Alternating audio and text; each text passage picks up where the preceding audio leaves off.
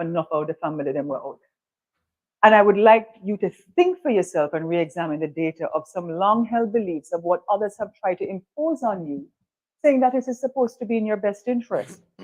Today, I want to highlight one of those beliefs and say why our people, as a result, remain unhealthy with obesity, high blood pressure, and other primary health ailments.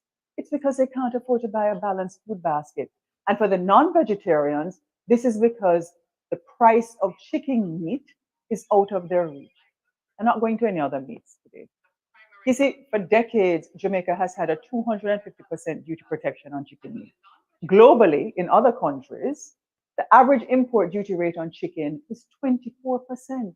So why are we paying 250%? Or why is the duty rate 250% in Jamaica? Is this really in our people's national interest? Or are we serving the interest of very few individuals, in particular two companies? Now, before you all have a knee-jerk reaction and say, but Lisa, it helps protect it because it helps with local production. Let us look at the data rather than emotion. You see, the international cost breakdown to produce a chicken is feed, largely corn. That makes up 61% of a chicken. Baby chicks is 18%. You have to house them, that's 7%. Other inputs are about 10%, and labor is only 4%. We don't make feed in Jamaica. We don't produce corn. We don't produce wheat. We don't produce soybean. Those are the inputs that go into the feed for a chicken. So what we refer to as feed mills in Jamaica are largely big silos and a mixer that blend up everything together, these imported inputs, and that goes into the final product, much in the same way that a mason, you see, mix up concrete, which are sandstone, cement, and water. But at least in concrete, all of those inputs are produced in Jamaica. So the local feed is totally, for chicken, is actually totally imported. So in effect, the local Jamaican direct cost input of chicken is less than 10%. Therefore, I really challenge the logic of providing excessive duty protections to any product with a local input that is less than 10%. I've been saying it for years. All of the inputs in animal feed are traded as commodities in the marketplace globally. And like oil, that price fluctuates in keeping with the laws of supply and demand. I bet you can't tell me how much corn has come down over the last 2 years. The price of corn has fallen from 801 US dollars in April 2022 to less than $392.50 today. Check it for yourself on tradingeconomics.com. You see, on straight mathematical terms, with that kind of 50% reduction in the cost of feed, which represents 61% of the cost input of a chicken, our chicken prices should have gone down by at least 30%. But guess what? They went up. So who's really benefiting? Certainly not the Jamaican people whose citizens find it hard to afford a whole chicken for dinner on a daily basis. Certainly not the workers at the factory whose pay remains much the same, and certainly not the Jamaican economy, as there's been very little growth in the agricultural sector generally for years. Did you know that if you apply for a permit to import a container load of chicken in any form, back parts, breast, wing, thigh, whatever, the Ministry of Agriculture first refers the matter to the two chicken monopoly producers to find out if they have any objections. Tell them to challenge me on this. What do you think will be their response? With that kind of system in place, there's effectively no real competition in the marketplace. As a matter of fact, there's no marketplace. You pay what the two local monopolies decide you should pay. And since it is so obvious, you will wonder, well, why is this backward policy been allowed to continue for decades? Well, the false fallacy is that we're saving the livelihood of 30,000 small farmers. But is this really true? And maybe after this video, you'll find them finding farmers who said, no, we've benefited, etc. But ask yourself if it is really true. Is it really true? It is the same two producers who sell the baby chicks to small farmers, the same two producers who sell the feed to small farmers. So it is in their interest to put the price of chicken as high as it can be so that they can convince us that they're actually acting in our best interest. So you see, when a mother comes into my constituency office and says, like they do all the time, and especially now with back to school, why MP, I need help with 50 chicken and some people send them go back to school. Either the state or me will actually purchase the chickens or the feed. But guess where I'm purchasing it from? The same people. So it's a vicious cycle that's not benefiting our people. And I feel so strongly about it because I'm tired of it. So here's a suggestion that might actually be in the best interest of Jamaican small farmers. And it's a suggestion. Reduce the duty on chicken to 50%, which would still be twice the international norm, and use the duty collected, because we actually don't collect any duty now. And use that duty to purchase baby chicks and distribute them free to small farmers. Them not to buy it. Therefore, and you could also eliminate the duty on feed and allow anyone, any little Jackman Dora, if they need a permit to bring in container loads to bring in chicken. It should not be only the big people who get permits. The result of such a policy or suggestion would not only lower the prices for chicken, but more people would be engaged in raising chickens. Jamaica has one of the highest diabetes rates in the world, and that is directly linked to the fact that they consume so much starch and carbohydrates because they need to feel full. They can't afford to buy protein. And this is because the average family is not feeding their families properly. So Jamaica has a policy that has kept the price of chicken high, which only benefits two chicken producing monopolies. And it puts the nation at a health risk, and then imposes on the general poor public to pay a high price for chicken, thereby having an unhealthy diet. You know, Marcus Garvey said, and his birthday was recent, that chance has never really satisfied the hope of a suffering people. And it's a powerful declaration because it means that to change ourselves positively and indeed the lives of the oppressed, we need to have deliberate purpose of effecting change, not to tinker along and hope that things will fix themselves. That is a foolhardy approach and quite frankly timid. I've bemoaned over the years that it's probably easier to buy a politician than to become one. So no, look, let's make everyone benefit, not only those with deep pockets. And I've been saying this for years. Let us re-examine our policies for Jamaicans to actually be able to afford healthy food, especially protein. It's time that we re-examine the duty protections that we have on chicken. That was Comrade Lisa Hanna. Her take on chicken market. She believes that we should remove the duty or the high duty that we have so that the prices of chicken meat could come down. Food for thought. Meat for thought. Most of you may know where I stand on the importation of chicken meat. I don't think we should be importing 1 ounce of chicken meat. But she has some serious points, and that's why I had to play that this morning. Morning. Welcome to Portland Spice TV, wherever you are around the world.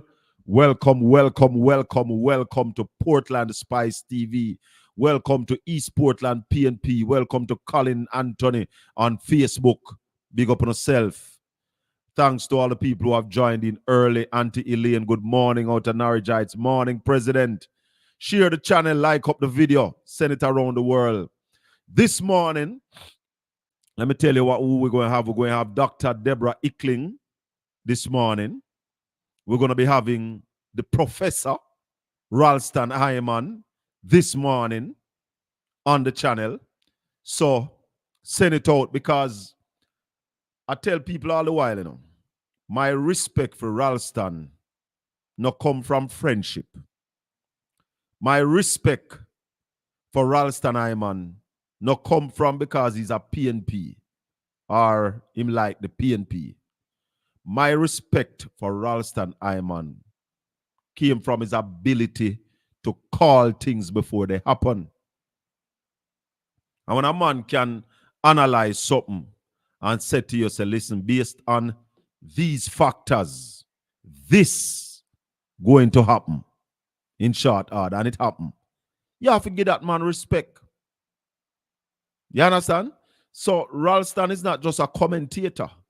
Ralston is an analyst.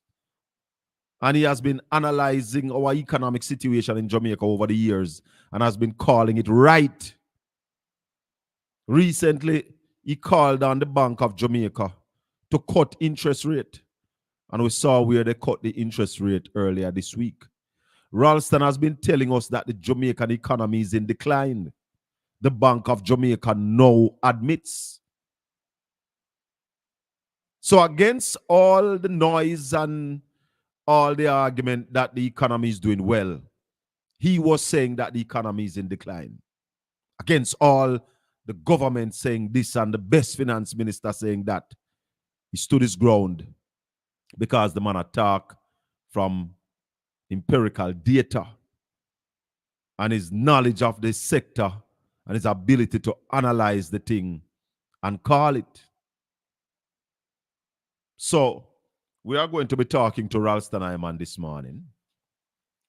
Dr. Deborah Ickling is the Shadow Minister on Culture and the Creative Industry. And you know that for clarity, I am her deputy. So we're going to be talking to her this morning. We also want to talk to the people of East Portland because, unfortunately, the labor rights are out there saying that I have no plans for East Portland. You don't believe that? Labor rights are out there saying now that SHACKA fame don't have no plan for East Portland. People. Comrades are saying to me that don't list out your plan, you're listing out too many of your plans. And then some people now out there saying that we don't have no plan. Well, for the first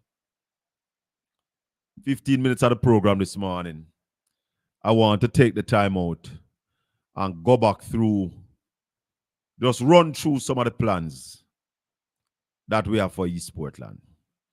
But I want to start it this way.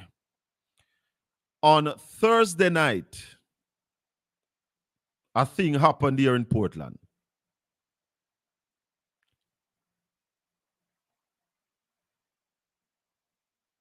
Outlet boy saying Ralston Iman, aka teacher, is the boss on economics in the Caribbean. Dare I say the world. On Thursday night, a thing happened up in Cornwall Barracks. And listen to me good. Florida morning. And Fitzroy, listen to this. When I was a little boy, my grandfather told me a myriad of story pang about white people going up in the Rio Grande Valley to hike and Duppy take them away. Maroon Duppy hold them. In fact, my grandfather told me about a story with about 3 white youth going at the hills. And when they found them hold on to a tree and I go around the tree, just I go around the tree and can't let go. Locals had to go in there and take them out. Well, here is a ex-German soldier. Went into the hills, same as the research. It's 3 months. The man up in the hills, up in the Rio Grande Valley, you know. 3 months, in fact, Beryl hold him up there. During Beryl, he was in the hills and he was found by some of the locals from Cornwall Barracks on Wednesday. And they called the authority. And it was Thursday night. Them take him out. Thursday night, the locals went up there Thursday with a few members from the Jamaica Defense Force and took him out. He couldn't come out on his own. So I just want to use this medium to say to the Europeans especially that if you're going to hike or to tour or to do research up in the Blue and Jankro Mountain Range, you must have local tour guides with you. You need to have local tour guide with you. Don't go up in there on your own. The Maroon ancestors are still strong and they still rule the hills of the Rio Grande Valley. You hear me? He was taken out and taken to the Port Antonio Hospital. This is not no Nancy story. I was up in the Cornwall Barracks area till after midnight, or till just about midnight on Thursday night when they took him out and the soldiers picked him up and transferred him to the police. And we traveled behind them up to the hospital where he was given medical care. He was very strong in his spirit, but he couldn't walk, lost his knees. That's where the dopey them take from him. Couldn't come out. If you can't walk, you can't go nowhere. But God was good. That some good Cornwall Barracks hunters found him. In fact, the man them said where the man was at, it was so difficult that they were saying to me that, listen, I know we take him out. A God. Because you see the little man we carry him on him back, you wouldn't believe. And the man said, when carry him, you never feel him. So it was the Almighty who took him out. And that's heritage. And we talk about one of the things that the next PNP administration, with a Colin Bell as your MP, will develop the heritage tourism sector in East Portland. And that's why for years we've been talking about a statue of Nanny in the town square of Port Antonio and the development of a Maroon village in Moortown. So call all of them that is saying that we don't have no plans for East Portland. That's one. A statue of Nanny, Jamaica's only national heroine, to be placed in the town square of Port Antonio. So the clock over this side and the statue over the next side, standing predominant with a storyboard that gives you a summary of who Nanny is and the history of the Maroons. Greetings. What is the plan that the laborites are? Them not have no plan, man. All the MP do is dance on Portia Road, and the Prime Minister come here, come tell we lie about road from Harborview. Yes, you are implementing the road, Mr. Prime Minister, but you didn't source the funds and you didn't sign the contract. What you tried to do was to tear up the contract by insisting that the Chinese gave local contractors a piece of it. And I will say before I go any further that I never did disagree that local contractors must play a role. Because last Tuesday night on the Colin Bell show on Styles FM, after the show I was called by a former caller to the Saturday morning show that said, remember me to tell you, say, the local contractor, them never have the competence. And I am not running away from that because back then I was saying that, yes, me agree that local contractors forget a piece of it. Kingsley, no, we're not going to move the clock. That was my first plan, to move the clock. But I was convinced by Portlanders, some Portlanders, that leave the clock, both can coexist. And I am here to defend the people. The people, they are my client. I am their representative. And the people have called me. The people have wrote to me. And I have given a commitment that, all right, I will not remove the clock, but I will put the statue of Nanny on the other side. Yeah? So both can coexist and everybody is happy. So we're talking about the road from Harborview to Port Antonio, where we see the MP dancing pan. Madam MP, you have nothing to do with that road. Absolutely nothing. You're stealing somebody's roses. And we ask you to stop it. And we ask the Prime Minister to stop behaving like it was all his. Yes, you continue that plan by Portia Simpson Miller administration. But also remember that the plan was to build a new road. And you shelve the new road, and then you come here now. I try to tell you about you build bypass from Port Antonio to Boston. That was not your idea either, Mr. Prime Minister. That was Portia Simpson Miller thing, and you took some of the money from the project. It's 3 times you're going at the project money, Prime Minister. 3 times you went into that project money. And I remember MP for Western St. Thomas, James Robertson, make a whole heap of noise wanting the new road. Former MP for Eastern St. Thomas, Dr. Fenton Ferguson, made a lot of noise wanting the new road. How many of you remember Randall Positive? He make a whole heap of noise today. There were town hall meetings in St. Thomas. So Prime Minister, we don't forget. And hardly Shaw said it no make economic sense. Building a new road from Harborview to Port Antonio.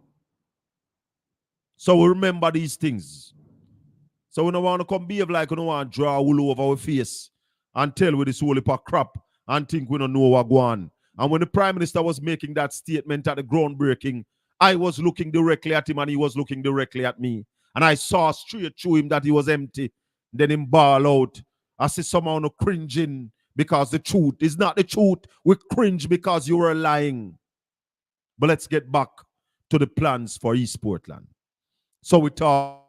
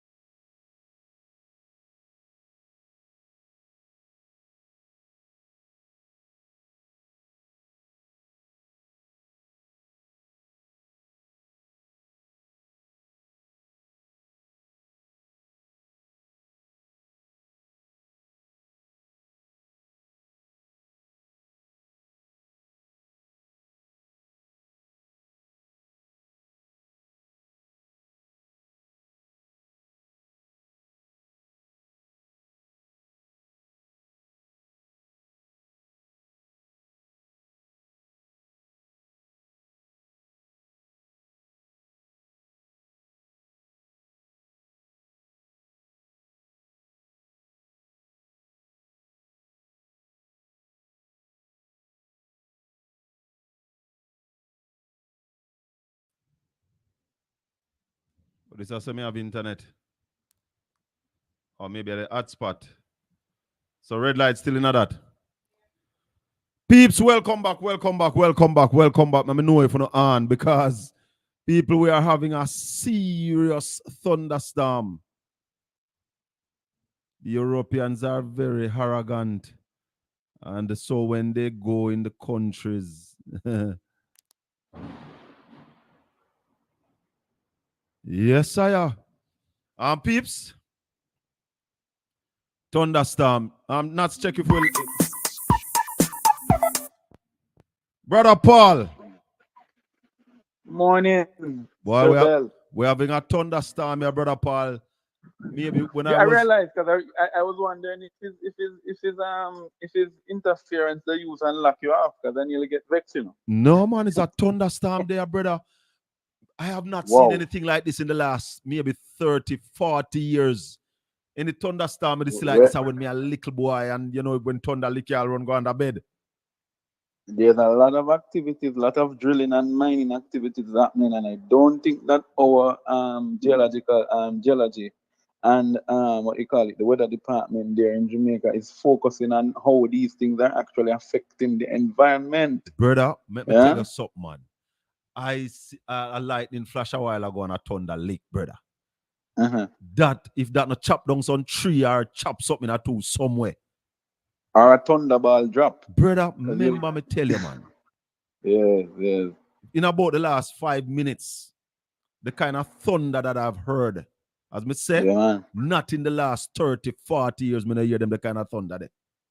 Where I used to have a lot, remember in the West, meaning St. Elizabeth, Hanover, and St. James, typically used to have a lot of lightning strikes, you Yeah, know. So that's actually a weird phenomenon to see it now moving to the east, which says this climate change thing. Let me tell you, if nobody believes in climate change, Jamaica must believe in climate change because must, some things that we're seeing, we have never seen this phenomenon in a long time. Yeah, brother. but you know, I wanted to say because I know you're going to have your our the world's best. Let me repeat it, and I say so with no water in my mouth. The world's best economist, Ralston, the Honorable Iman. Me Yeah. start calling Professor Ralston I man now. Well, you know, he's deserving, and he's well deserving of the title. Yes, man. I am saying no that the first of all the bank governor, and I'm not disrespecting Richard. Richard Biles is somebody I've known from I'm actually a child. Mhm. When Richard was actually at Blue Cross before they turned Sagicor Bank up there at Yes. Hope Road into Sagicor Bank. So me know Richard them from them infancy stage in terms of business development with Sagicor. Mm. And you know, Richard is a very decent gentleman.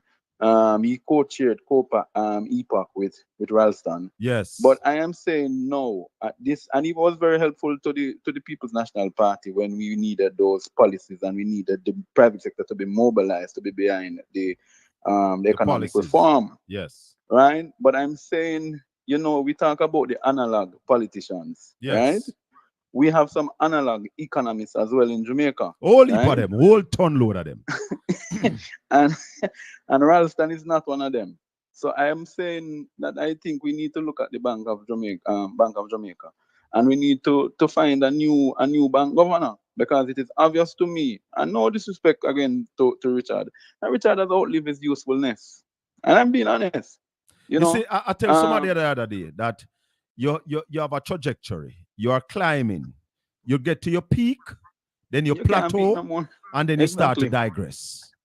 And that is where we're having a problem now because you can't tell me with what you just stated about the economy, which Ralston has been saying. If you listen to Ralston and people listen to Ralston and Power 106 FM in the morning, because I don't miss that program after the talk show with Sanjay and others, right?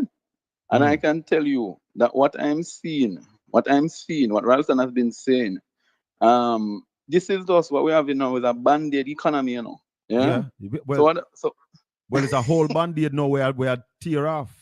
Exactly, and the soar and the festers because Ralston has been saying we have been running a service economy, which you can't run an economy solely on service. Yeah. So what is the productive parts of the economy, which you have been speaking about? even the creative economy, the creative industries, Yeah. the manufacturing industries. If you don't get those on stream, you're not going to really have any real income in the economy, you know. Because Not what at is all. happening is also too, we must talk about that the Bank of Jamaica is not talking about. There's a heavy amount of US, Euro, and foreign currency that is leaving Jamaica on a monthly basis. Trinidad is still buying US dollars from us?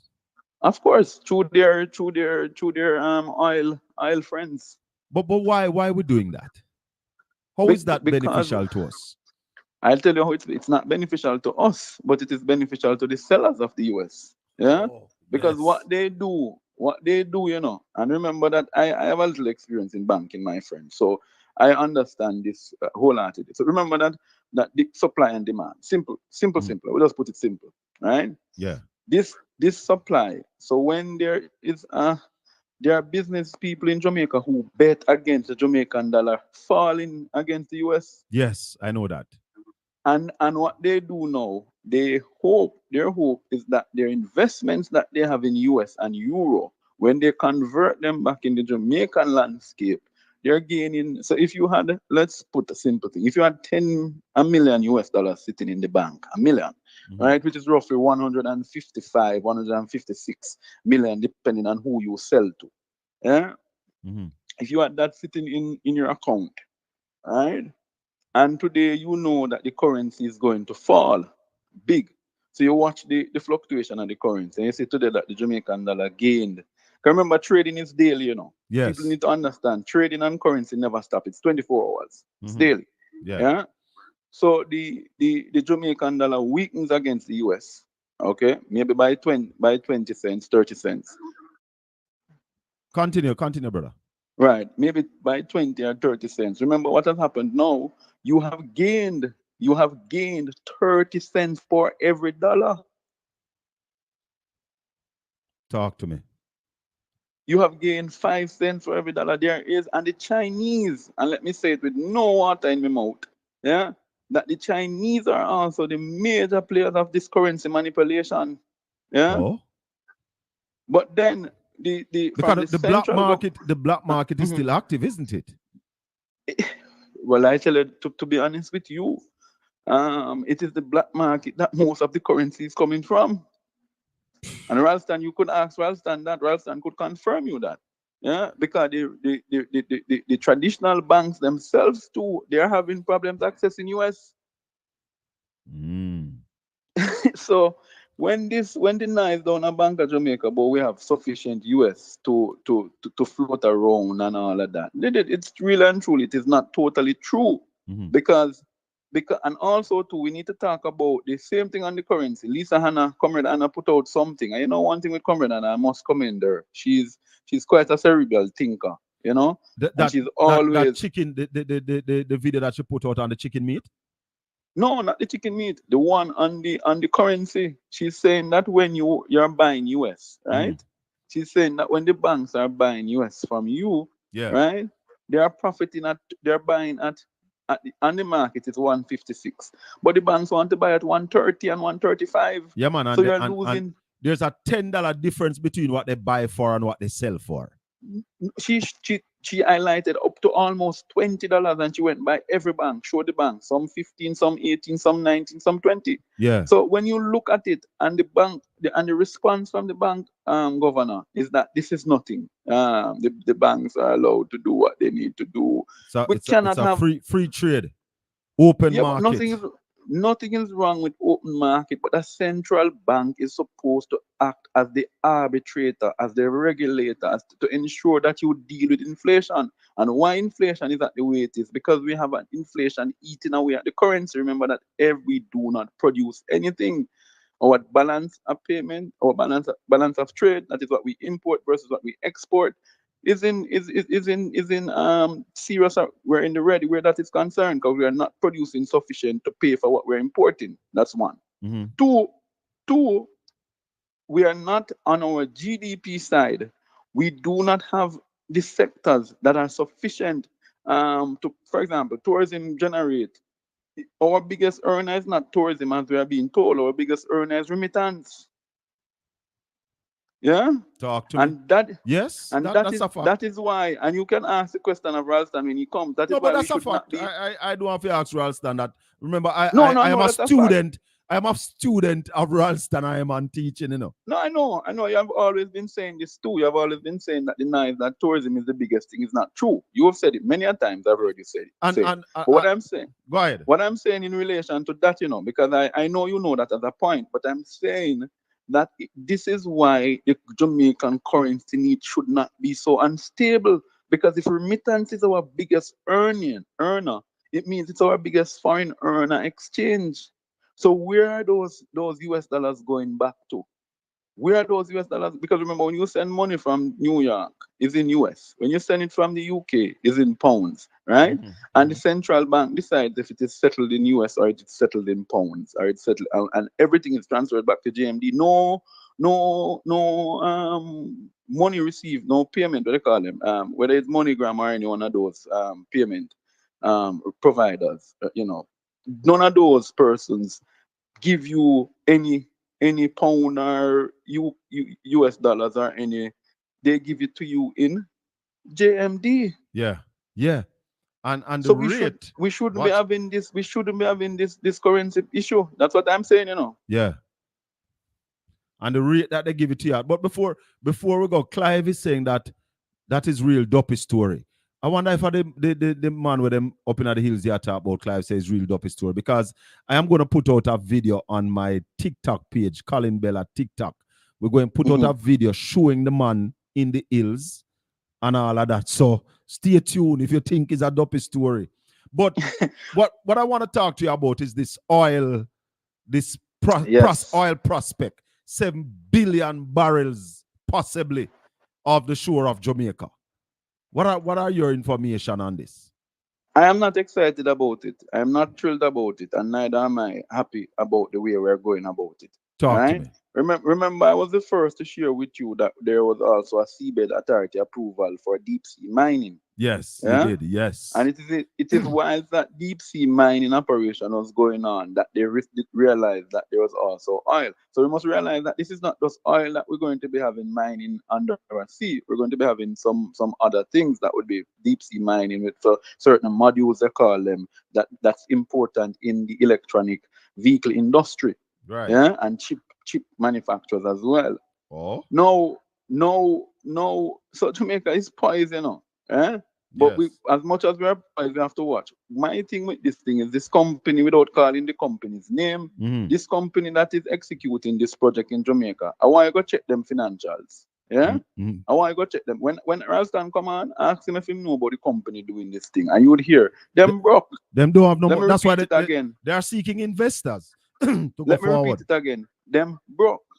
But what is worrying for me is how it is that this company is still being the one that is pursuing this activity, whichever can, because I said somewhere yesterday on Jeffrey Tavares. I was with Jeffrey Tavares, my good friend, yeah, and I shared with him something that a lot of people did not realize.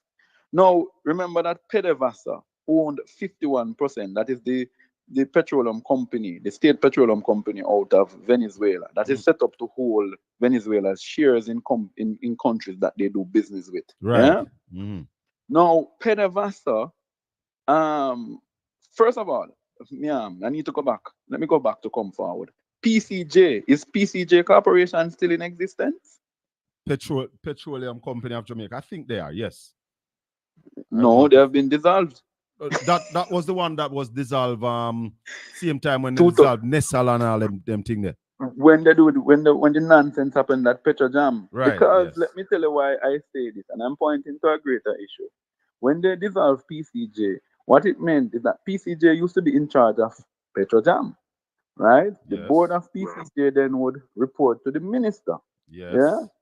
Okay. Look what happened now. When you remove PCJ, do you know what happens now? Talk to me. Every oil exploration contract, everything that has to do with oil and gas goes directly to the minister's table. Hello? Directly to who? To the minister.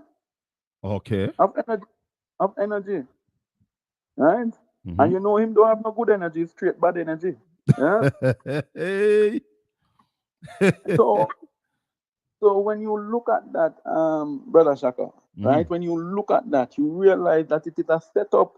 It is a setup because this agreement with United, with this company, the Island Gas Company, was in 2015.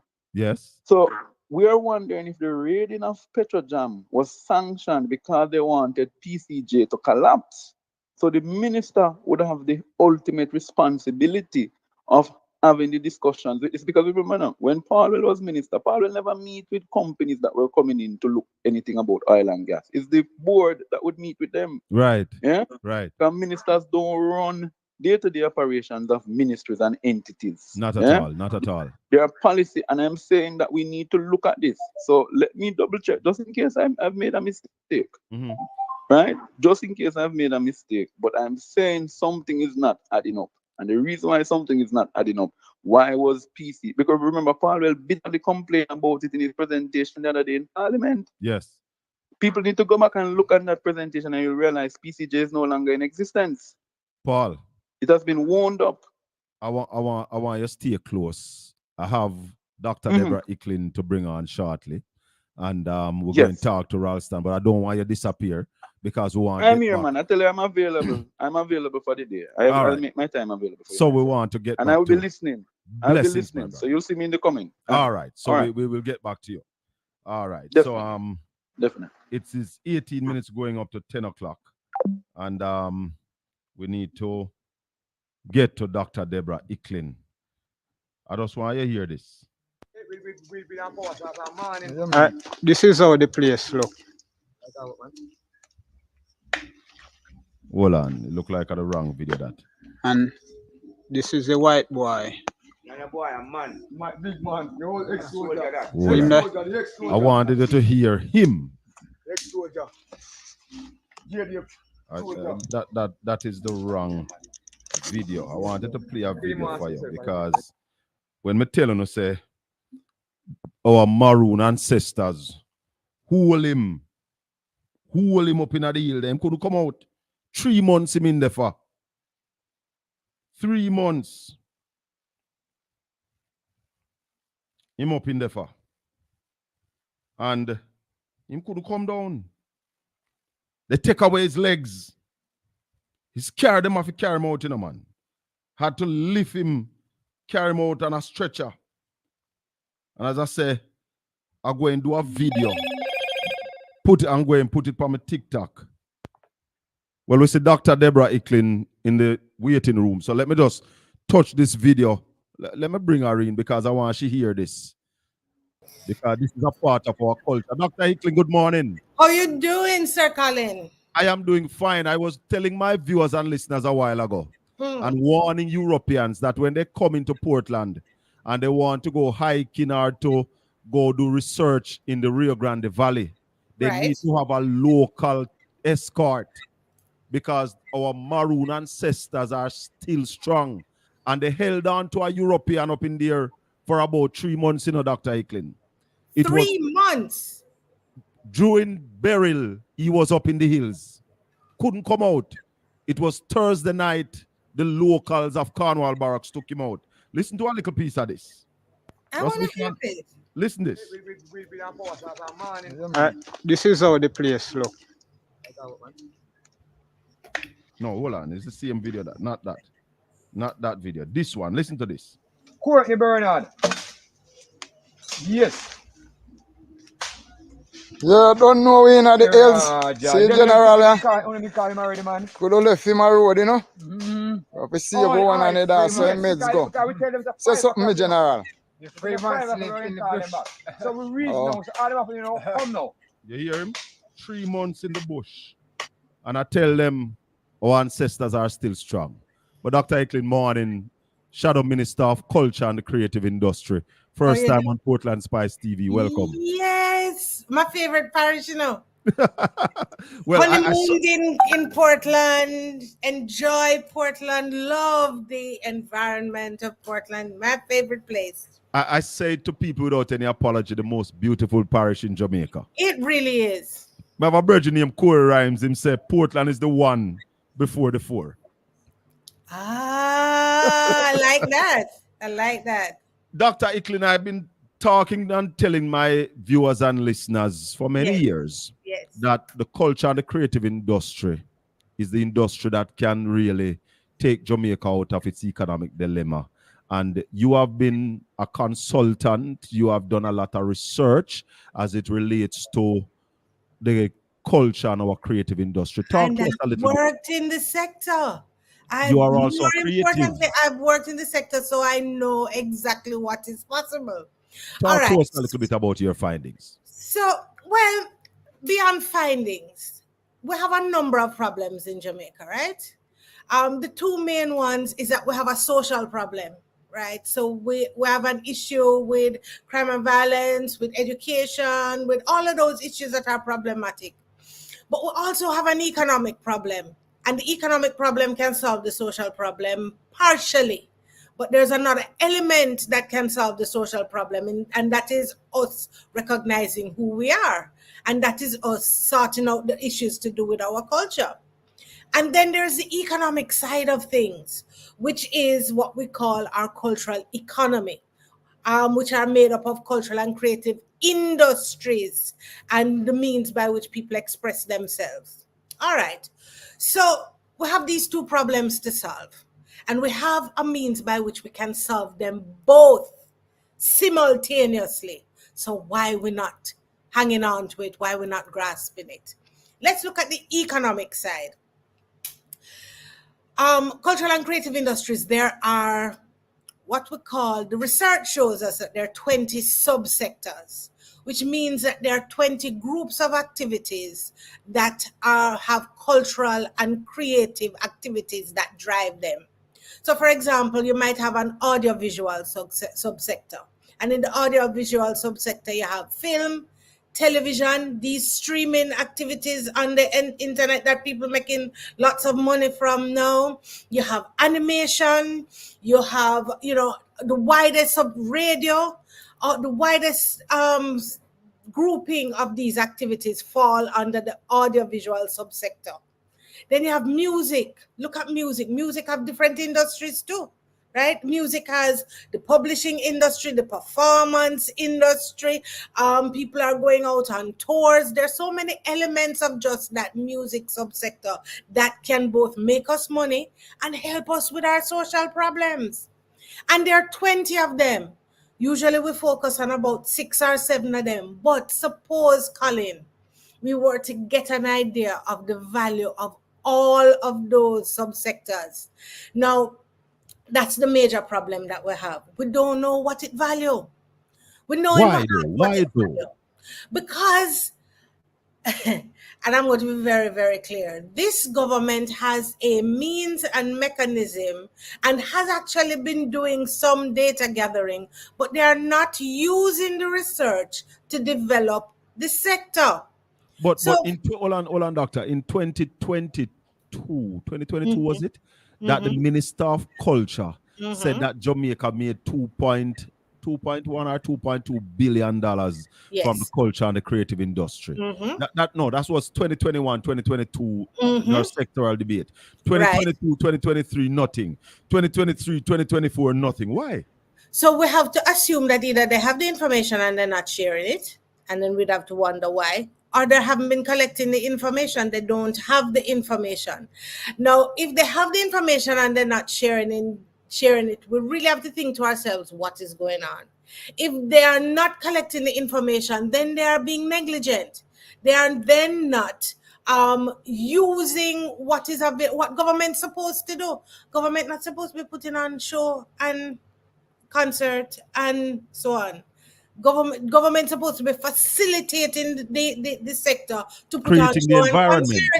Creating an environment where promoters can either get the funding or can get can get some assistance, or they can bid to the ministry. So let us say that the ministry have a set of activities that they want to do. Then you put out a set of bids. You allow people to bid competitively to do those actual shows. It is not the job of the ministry to be putting on the show. right? They're not a promotions agency. They're not a marketing agency. They're not a production agency. What ministry is supposed to be doing is creating an environment in which promoters can thrive, sound system man can thrive. Everybody who's working within the ecosystem can thrive. And you need to use the data to be able to decide on the programs you're going to be developing. So let me give you an example. The cultural and creative industries, the example where to allow people to thrive, right? The cultural and creative industries, it is said that more than 50% of people who work in the cultural and creative industries are amongst the working poor. You hear me say? Which is a shame. Shouldn't be so. It is a disgrace. But the ministry knows this. They have the data. So why is it that they're not developing programs to facilitate those working cultural and creative industries people who don't have access to finance? Yeah, them don't have a father who's going to buy them a computer. Them don't have a bank account in which they don't even have the bank account, right? Because they're not formalized. Why are we not creating sustainable programs to ensure that people can get the mechanisms they need to be able to function if you know that 50% of the people are amongst the working poor? And they could be rich. And they could be rich. I have a friend, Dr. Ickling, Dr. Ayman Black, and he says that one of the reasons why government don't develop the culture and the creative industry is because it is the average man on the street who would get wealthy. More than that. So? I agree with that completely. But more than that, it then becomes more powerful than them. That's his argument. Absolutely. That's his argument. Why develop but an not industry only with the money, though, you know, but also with the talk. They have the influence over the people. When somebody, Bob Marley in our day, Vibes Cartel in this today's day, Bang, all of those various people in this day, open their mouth and they start a trend, or they make a suggestion. When Queen Africa comes on, she's influencing people's hearts and minds. When the influencers come on, they're influencing people's hearts and minds, and they've been able to sway public opinion in different directions. That's the kind of power that can be frightening. But people will say, why is it that our previous administrations never developed the industry in this way either?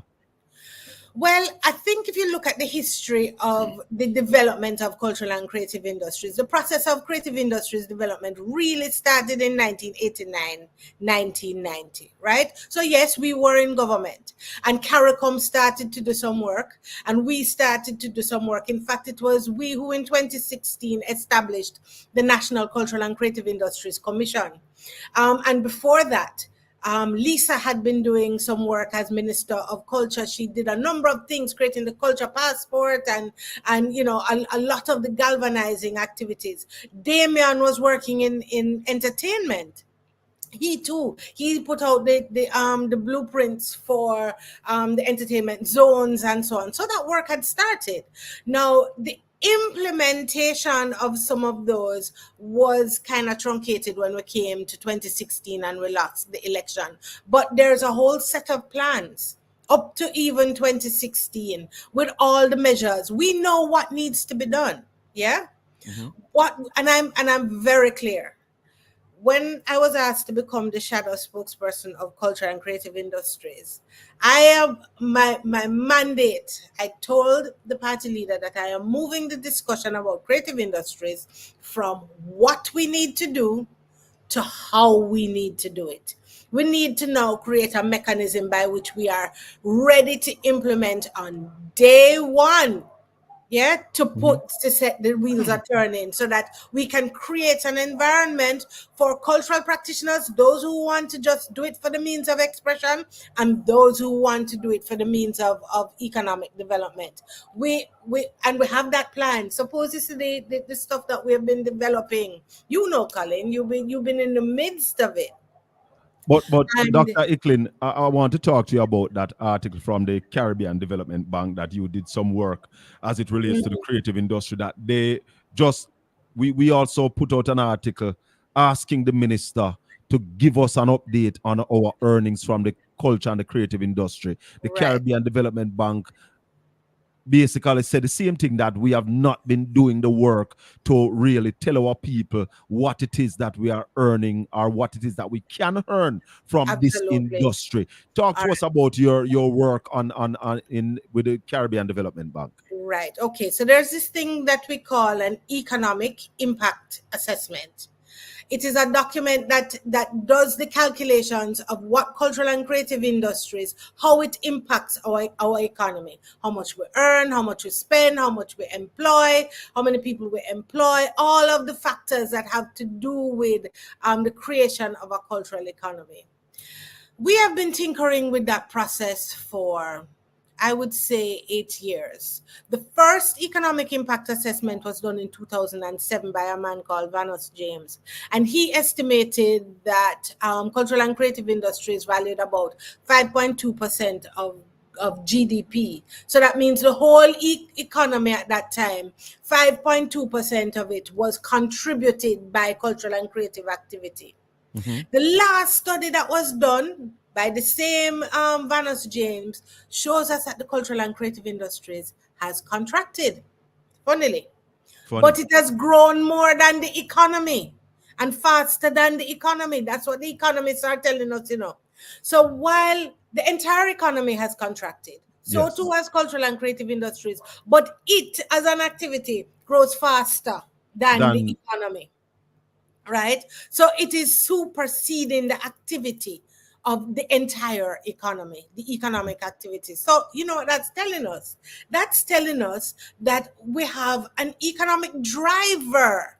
Yes, cultural and creative industries is an economic driver if we provide it with the right structures, if we provide it with the right policy mix, if we use the research to do the valuation. There's a lot of things that we need to do, but those are the things that governments do, and those are the things that governments have not. This government has not been doing.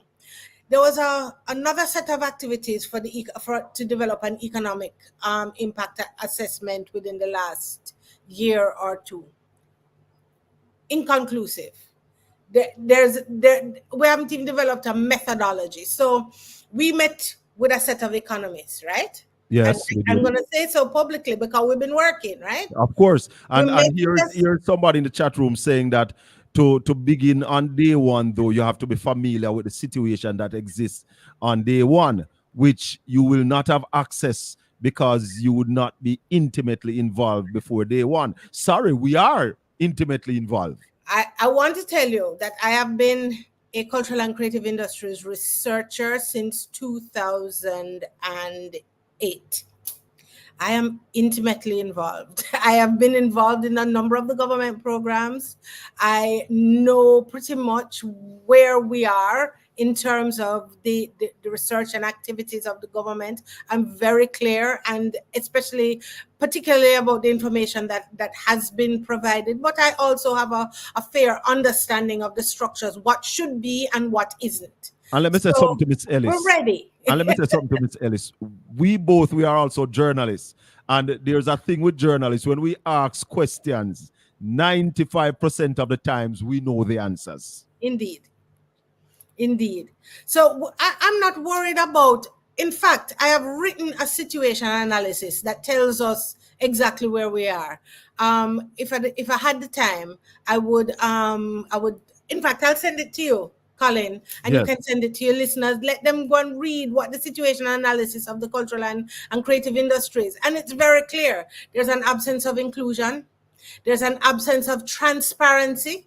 And there's an absence of purpose. Those three things. And I also want to simplify it. There's an absence of the environment necessary for it to grow to its maximum. Government it is an enabling environment. And government is not promoting that enabling environment. They are not providing it.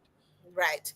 They haven't even designed it. So it's one thing to talk about an enabling environment, We can say we're going to provide an enabling environment, we're going to make things easy for cultural and creative industries practitioners, but it's a deliberate process. How do you create an enabling environment?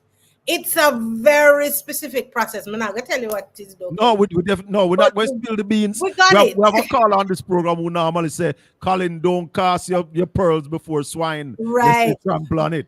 But, Right. but we must allow the people to know that we have the plans, and the next PNP administration, we are going to do the work. We are going to do the investment that allows our cultural and creatives to really strive. And in saying that we have the plan for doing an enabling environment, people may say, but you're giving them the clue. This information has been in the public domain for 20 years. The design of an enabling environment, that actual design has started from about 1997, right? So coming forward, when we establish the mechanism to implement it in 2016, right? And then we lost the election. Nothing has happened since. Nothing. Deborah, you are the shadow spokesperson. You said that on day one, we are going to hit the ground running. Mm-hmm. As it relates to the kind of work, and maybe I'm not the best person to do this interview because I have too much knowledge of the work that we've been doing to conduct this interview. Right. However, just talk to Jamaicans finally on what we are expecting from our people to really— That's a very good question. To really come with us to carry this industry forward. That's such an excellent question, Colin, because we do a lot of cussing of the government, and it's very, very clear that a lot of the work that needs to be done, some of it is okay. I want to say this before I even answer your question. There is a group of technical people working within the Ministry of the Cultural and Creative of Culture, Gender, Entertainment, and Sport, who are excellent professionals. They know what to do. They know how to do it. Many have started that work. Many have continued on the track of doing some of that work, but it is not the policy priority of the government. So it isn't coming, it's not getting the kind of support that is required to bring it to the fore, right? So I'm saying that very clearly. Some of that work has started. And we cuss the government, and some of that cussing is due, but a lot of it, cultural and creative industries have to take responsibility for, yes. Right? Cultural and creative practitioners have to take responsibility for. We have to stop looking at the business we have to stop looking at it as a hustle. Start looking at it as a business, which is big business. The argument out there is that Vibes Cartel was given $4 million for his first show. Well, I'm a researcher, so I have to verify that before that. But it's an amazing piece of information. When I don't believe it. I will say it here. I do not. As much as I know that the creative industries, you can make one shot and make it, But $4 million, I have never heard of an artist performing in Jamaica. The most I have heard, I think it was Celine Dion who performed for $900,000 US. Never heard of $1 million. It is $4 million. But let's talk a little bit about what, in order to become a Vibes Cartel, and to be and my issue is we should be having more Vibes Cartels. That's the intention. No. Let me re-say that. We should be more practitioners operating at the level of a Vibes Cartel and or can a Shaggy make that kind of money. Yeah, and the talent exists. And the talent exists. Okay. What I will say is that people need to understand there are two things.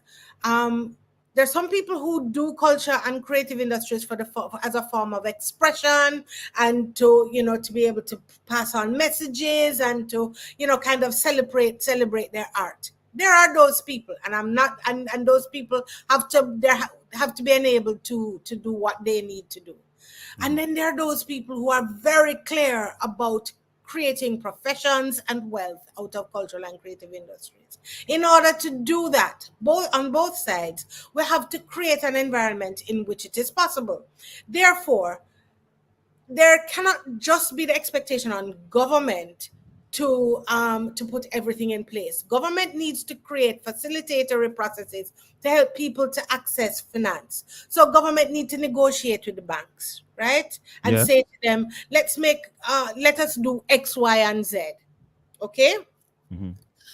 Governments need to create a trade environment. So they need to be negotiating trade agreements that are conducive to the development of cultural and creative industries. So I'll give you an example there. So now, some time ago, there was a big brouhaha about workers, dancers in particular, cabaret performers in particular, working in hotels on the North Coast. Yeah. And the dancers and musicians kind of got up in arms. It came to the National Cultural and Creative Industries Commission.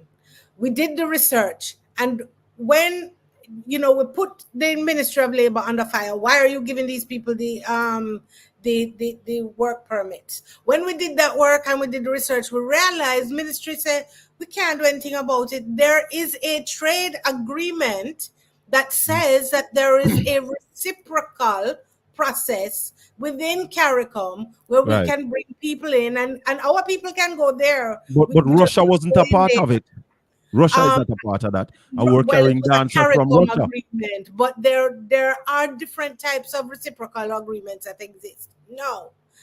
Should our Ministry of Foreign Affairs people in tandem with the Ministry of Culture people be looking at a special means, because there's a thing that we call the cultural exception, where you can make exception for cultural sectors, various types of exceptions, for cultural workers. Should that kind of negotiation be happening on behalf of cultural and creative practitioners? That's the work a Ministry of Culture does, So there's that kind of situation. Intellectual property. We have an intellectual property that's a big team. part of the earning. Yes. In fact, intellectual property is the earnings. And that's the pension for our creatives. Right. And absolutely, because what people don't understand is when you register your intellectual property, right? And you are able to then earn residuals over a period of time. My mother died in 2006.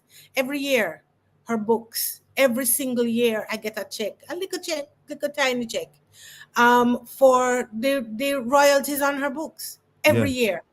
Yeah, it becomes a part of her estate. Of course. Yeah, so your children can be earning from your once you have registered your intellectual property. You're seeing the graphics on the screen, right? Yes, but I can't read it while I'm talking. You have plans about how to reshape the industry, but until you get inside the government, you'll not know how the transformation will take place. It cannot be a drastic change.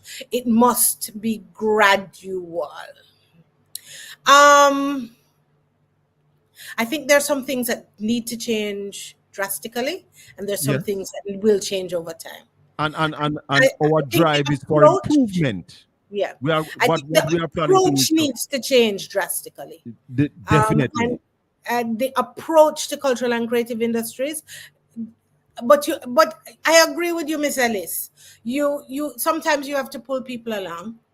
Sometimes you have to encourage people. There's this, there's an element of moral suasion that needs to happen in order to ensure that change happens. Change, sometimes you can't slap people over the head with particular things. And even if you have the complete conviction that it has to work in this particular way. One of the things that I learned from working in government is that change is slow, and sometimes change requires negotiation and it requires extensive discussion, and people are not always ready to change their minds. And sometimes, you have to, it also requires compromise. Yeah. And sometimes it needs a revolution. Yeah, you know, I was having that discussion this morning with a colleague, and strategy and tactics. Deborah, you know what? We have to bring you back, and I want to tell you to make some time for Tuesday night when we're gonna be having the radio audience as well on Okay. Styles FM when we have some more time, because that's why I don't like book more than one guest on a Saturday morning. But you Okay. also have an engagement at about 10:15, you said. So let me just answer this last question. Yes. Problems faced when you become government and take over financial administration, and how you will overcome those problems that you're not currently aware of. Let me tell you something about culture. There's always something you're not aware of, because there are things that are operating outside of the general structures of governance and government, within communities and as individuals and so on. That always exists. You have to take that as preconceived when you're dealing with culture. But in terms of the financial administration, you have to go in with your budget, and you have to be able to defend your budget. So you have to be clear about the things that you need to get done. And as is the case with any government, you have to convince the cabinet, and in particular the Minister of Finance, which means you have to have a sound program. It can't be arbitrary like what is happening at the moment. One of the reasons why you can't get any movement forward is because there's no plan. Let me spill a little of the beans, because we are in the process of convincing our leaders now that the culture and the creative industry is the way to go. So when we get in there, a lot of the convincing would have already been done. But I want to tell you that whereas there are some people who are slower to come to it than others, Mark Golding is not one of them. Not Mark, and that's why I've been telling people. He's right there with us.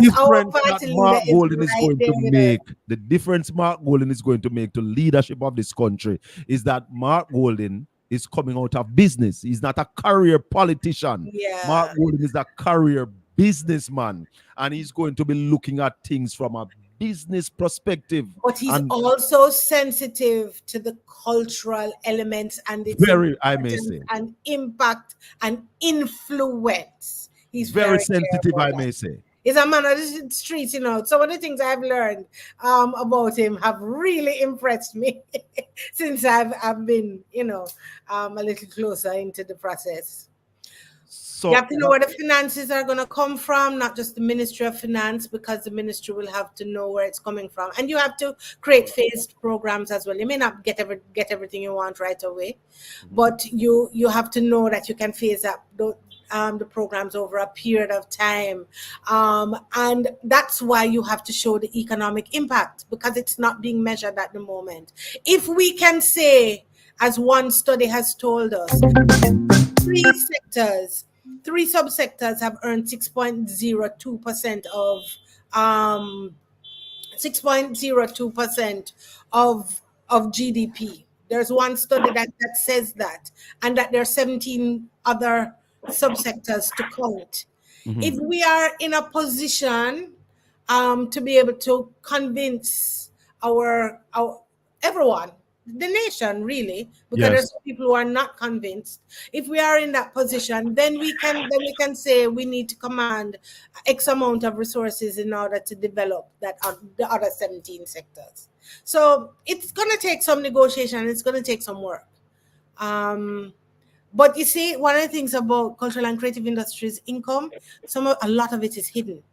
A lot of it we're not seeing. A lot of it, and underground market, being counted in tourism. A lot of it is being counted in many different areas.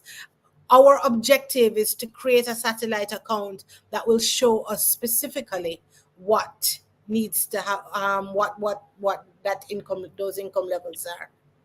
Dr. Eklund, we are going to be talking again. We'll need more to talk about, A lot more to talk about, but I'll let you go this morning. And as I said, make some time for Tuesday night. Oh Lord, why you don't let me go on Conrad? You want to talk? Conrad, invite me on your show. We'll have this discussion. Conrad, Dr. Eklund wants to talk to you on News Talk 93 FM. We will have this discussion. I will fix that. Conrad, Conrad, tell us now when you're going to have Dr. Eklund before she go. I have Ralston Hyman on the line to Dr. Eklund. Oh my, so why not bring him on? Ralston, morning. Morning, Debbie. How you doing? How Yeah, are man. you? I'm not going Okay. anywhere. When my people come, I will get up. So Dr. Eklund says she's not going anywhere. I'm not going anywhere. And Conrad, I'm going to send a link to Conrad and see if I can bring him on. But Ralston, morning and welcome. The economy of Jamaica and why we have on Dr. Eklund is that we're talking about the culture and the creative industry. But I want to give you a good go first before we get back to Dr. Eklund. You have been saying for weeks now that the Bank of Jamaica needs to cut interest rate. And you actually said last week that they were going to cut it this week, didn't you? Oh, you know these things, Ralston. Well, if the governor never cut the rates, then we'd have to fire him. Here's why. The economy has been decelerating for 9 consecutive quarters. So no matter what the analysts come and tell you about the economy grew by X amount during this quarter, what they're not telling you is the comparative analysis with the previous quarter. So the rate of economic recovery has been decelerating for 9 consecutive quarters. Jamaica has the lowest growth rate in the English-speaking Caribbean. So what we saw was that came down to 1.4% in the first quarter of this year. Stop. Please.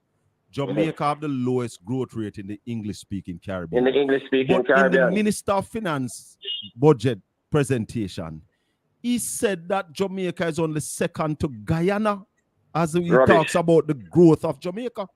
Rubbish, lie. Barbados grew by 4.3% in the first 6 months of this year, carrying a debt to GDP of 105% and a primary surplus of 3% of GDP. Why think the Minister of Finance is silent now? Interesting things not work out.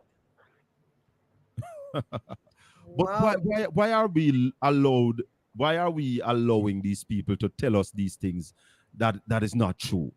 Why are you have to ask. You have to ask the media, you have to ask the university, and you have to ask some of your own opposition people. But let me ask you something. You used to be a news talk a lot in the PNP administration, don't you? So why they don't carry on now? Well, not news talk. My apologies. Not news talk. Nationwide, I'm talking about. Why they don't carry on now? Well, Nationwide has kicked out his position, so they're not going to call me. Nationwide, no, we spot them, them take a certain position. Them not operate like independent media. Them take a certain position, so them only call people of like mind. But isn't the truth the important aspect that people wants to get? Yep. But the truth is now out. We have to follow the data and see the governor, in order to maintain his credibility, he must cut the rates and then tell the country, say, yo, the economy have declined by 1.5% this year. A long time, where I say that? The economy is going to be... But you are saying that the economy has been declining for how many quarters now? 9 consecutive quarters. So the next quarter must be a decline because we reach a certain point now. Ralston, can I ask a question? Colin, can I ask Ralston a question? Exactly, definitely. It's really about translating the economics, the statistics of the decline to lived realities. I have had many complaints from cultural and creative practitioners in the last 3 months about not being able to collect on invoices. So the extension of their collection from 30 days to 60 days to 90 days, there seems to be a cash issue.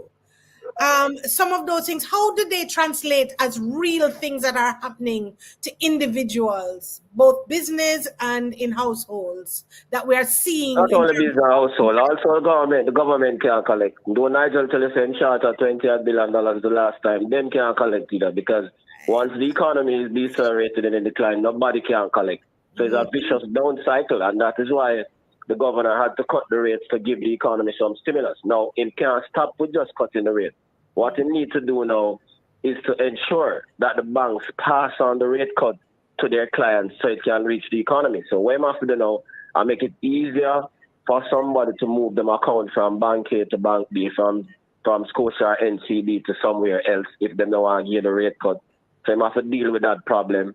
And I also have to deal with the problem related to ATM machines and all of those things. So this is just part A of the work, because if it is not passed on, And he consistently complains that the banks them don't listen to what he said. But that was just going to be my question, Ralston. The governor of the Bank of Jamaica is complaining that our two big banks don't listen to him.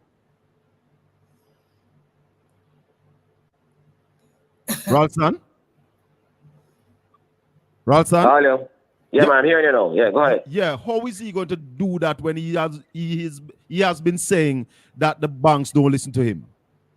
Well, what he needs to, the tool that he has at his disposal is to make it easier for people to move their accounts from bank A to bank B. Him say it's not taking 2 years. What tell him say 2 years can't work. Nigel Clark also needs to go to Parliament and provide him with some new legislation and some new ammunition to deal with the problem. Yeah, because if you if him cut the rate and them not pass it on, it don't make no sense. So I have to deal with that. I have to deal with problems related to ATM machines. Them thing they can't wait for 2 years. Yeah, so but ATM machines are not working. If you go there to deposit, you can't deposit. You go there to withdraw, you can't withdraw. That's the point I'm making. So him can't tell somebody the bank in 2 years to fix that problem. I live in rural Jamaica, Ralston, and for a stretch of 20 miles, there are about 15 ATMs. And I remember one Saturday morning, I had some people in the household to sort out, and I spent 2 hours trying to find an ATM machine that worked from Bogwalk to Uata. Yeah, man, that's a common problem even in Kingston, from Papine to Ligani. Yeah. Wow. So yeah, those problems cannot wait for 2 years. So I tell the governor, say, cutting the rates are the first step. Well, watch you. You have to move and deal with them things right now if we get the level of effectiveness and the stimulus that the economy needs. Yeah. So those are some of the things that we have to deal with. Yeah.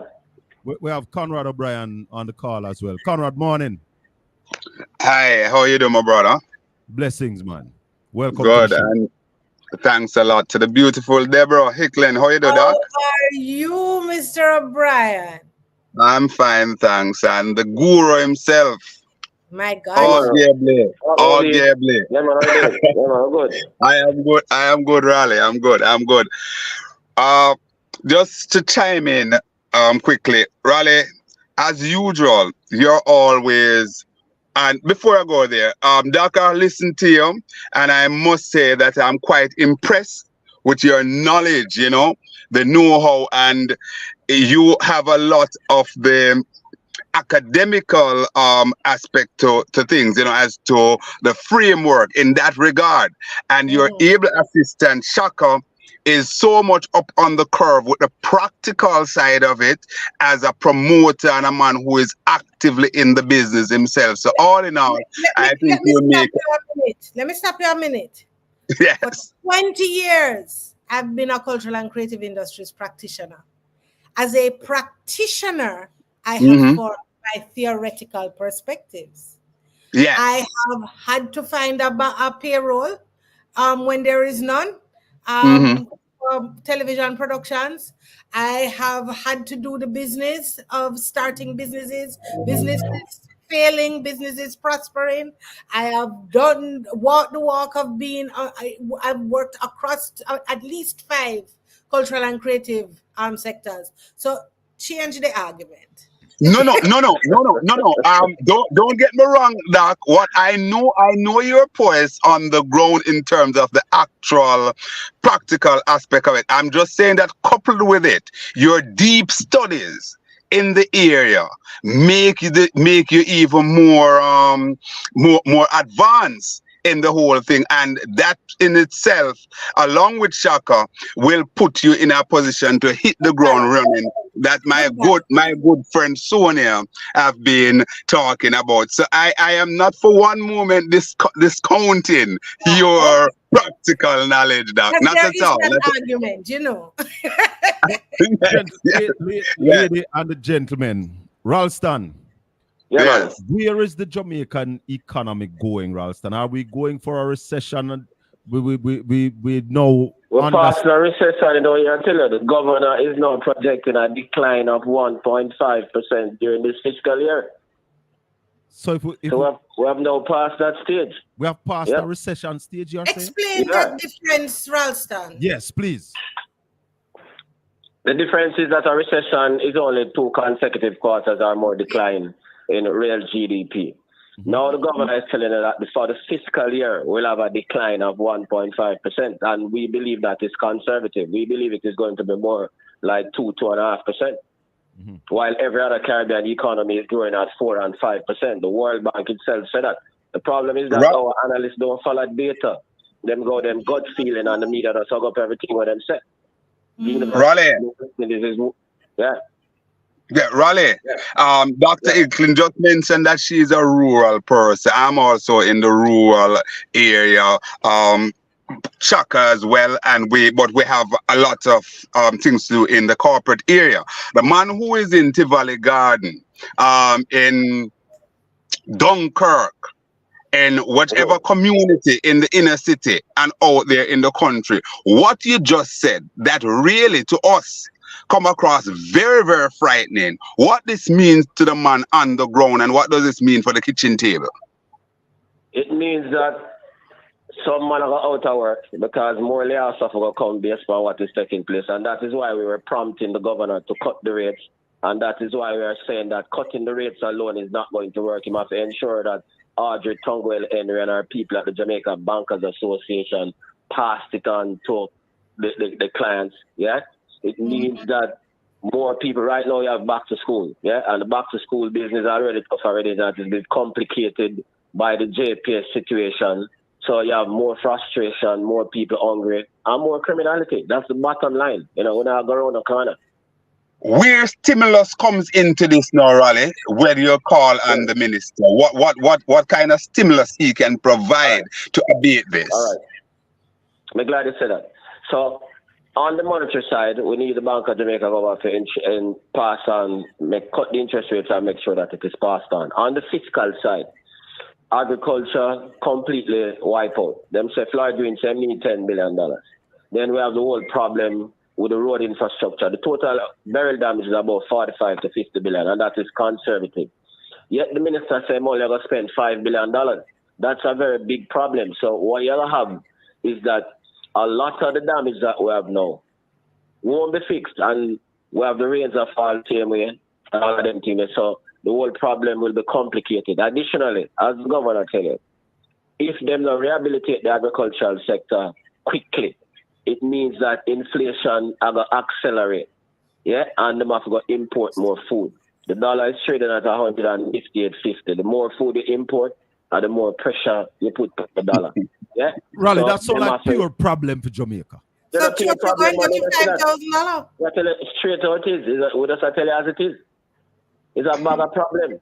So the rehabilitation of the agricultural sector must be the macroeconomic priority at this particular point in time, as the governor tell them. How much have we paid out to the agriculture sector thus far since burial? Well, Floyd Green said give them at first in 700 No, million. not agro. How much they have paid already? Well, if you talk to the people in the farming community, them tell you say nobody not get nothing more than so. Them get some little thing from the private sector, but no major government funding to the sector yet. And that is why on the ground, as Kobe said, as Obi talked about, you have to go pay $900 a pound for tomato, $900 a pound for sweet pepper, for a minimum wage. Who are work. So somebody told me, and Doc, you can collaborate this. Somebody told me that they pay $500 for one tomato. Me going to a supermarket last night and I see one sweet pepper for $900. One. Jesus Christ. I'm advocating for kitchen gardens. Sweet pepper, Raleigh. I put up my kitchen garden on TikTok. More than a pound. More fun.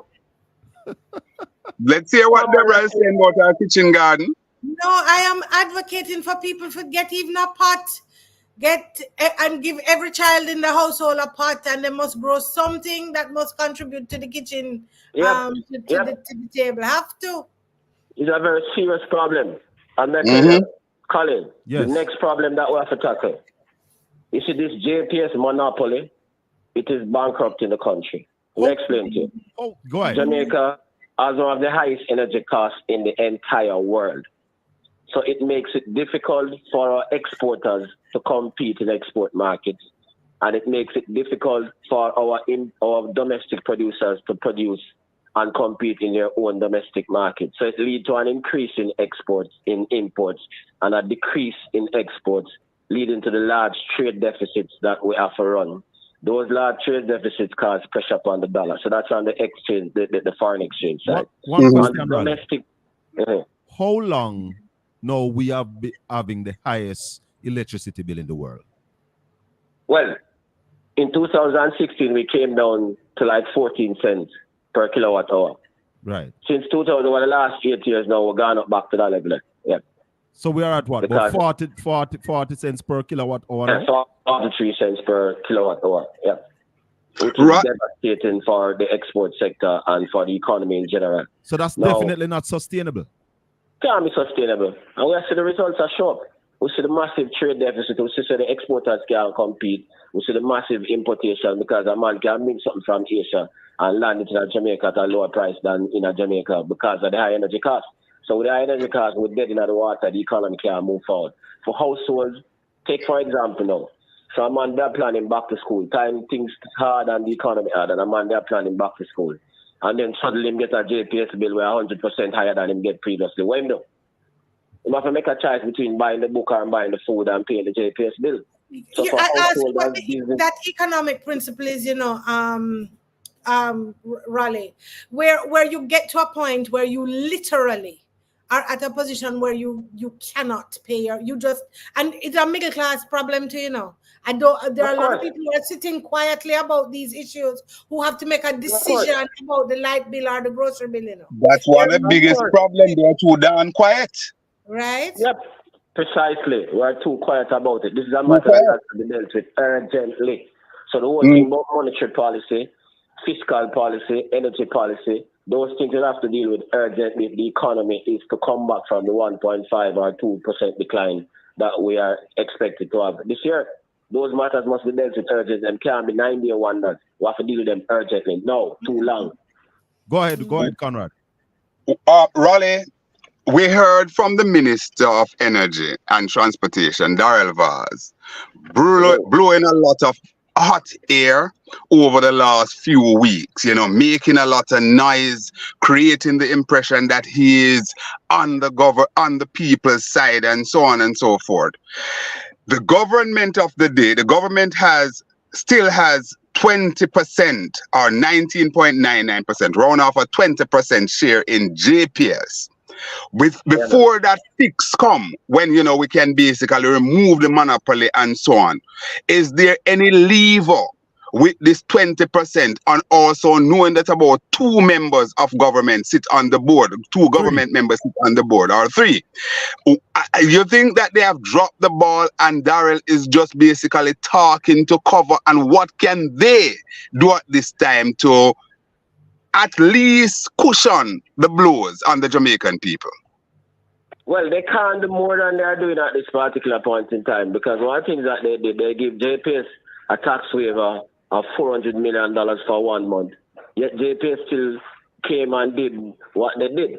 So, again, what he said and the JPS has not contradicted them. And we hear the people from the OU also saying that no board meeting was held to inform the people of the decision that was being taken by Vernon Douglas, the CFO of JPS. He told Nationwide that he consulted the OUR.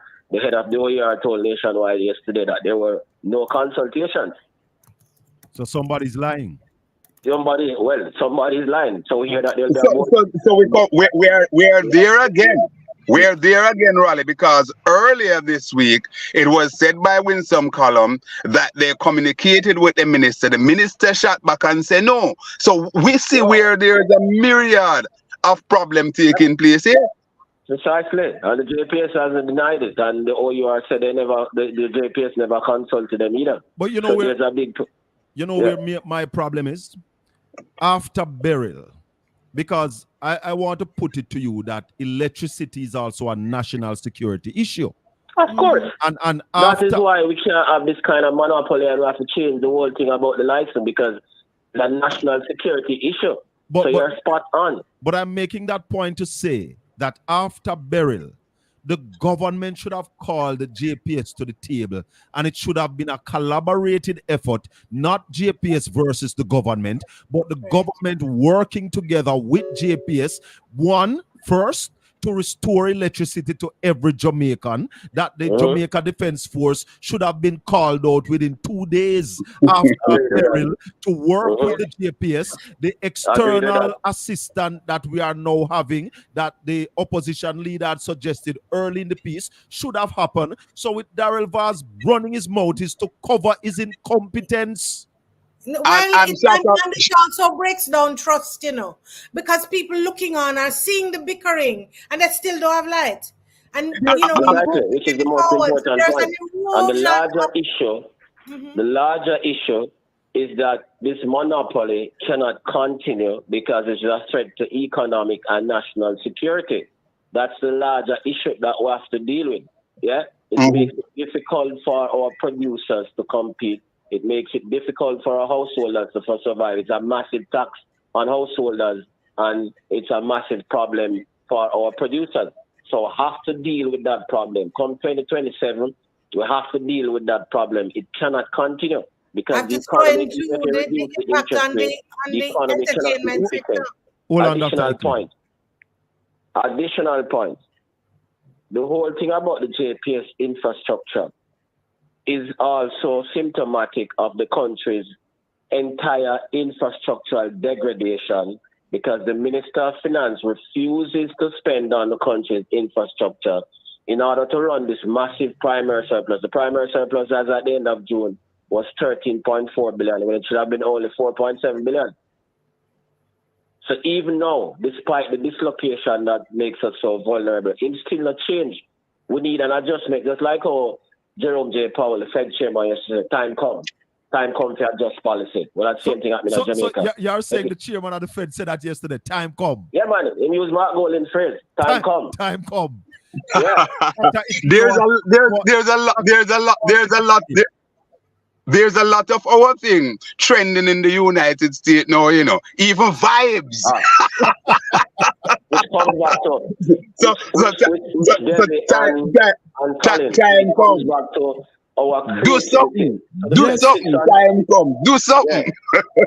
The Fed sits on 7.5 trillion. We should have copyright time come so that them could appear with some money for time come. Because the Fed chairman. We have to start paying attention to our ideas. Deborah wanted to say something a while ago. Well, I was just saying the impact on the entertainment sector, both at the community level and at the macro level. That erosion, that insecurity, people are gonna stop, you know, going to recreational activities. I mean, a night. And there's a value issue, you know. I have some statistics. I'd have to look them up at the value of some of these community activities. They aggregate value. People are keeping round robin, drink up, gambling jam, so as to send their children to school, so as to find some money. But Raleigh, before Conrad come in, I want you to explain to us the lowest job rate. We are now at what, about 5% unemployment. Why are 5.4%? 5.4%, not the lowest again. 5.4% unemployment and 2.3% underemployment. Because I alone now tell them, say, you have to measure underemployment. You can't come tell me about money and wash car glass and then think they work. We don't work with that again. Right. So effectively it's about 8 point something, right? Yes. And the people are out of the job market that could be in the job market. About 300,000, 350,000. We have 750,000 in some of our schools from the pension. So those who should be in the job market is about 350,000. But like you say in an ad on Power 106, if more of our people are working, shouldn't we be better off? Of course.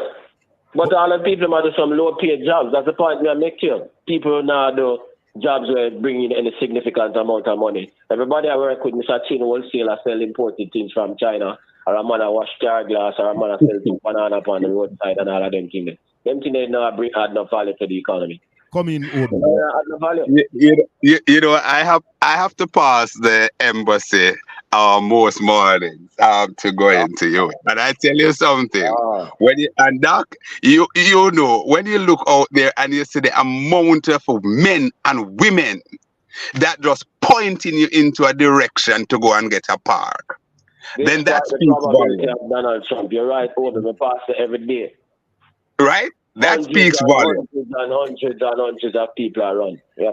Yeah, man. And you look at it the other morning, I think it was Monday or Tuesday morning, and when I looked over there, I said, oh my God, literally thousands of people lining up there for what they're describing as a better opportunity. But Raleigh, as SHACKA opened the discussion about the employment or unemployment figure, when you basically look at the numbers, based on that 350,000 that's out of the workforce, you know, who are able to work, and you talk about the additional 3% underemployment, and that and the regular 5.5% unemployment, would it be out of whack, Raleigh, for us to put all of those together to aggregate to get an average of what the overall unemployment is in the country? Yeah, man. So I look for about 600,000 people.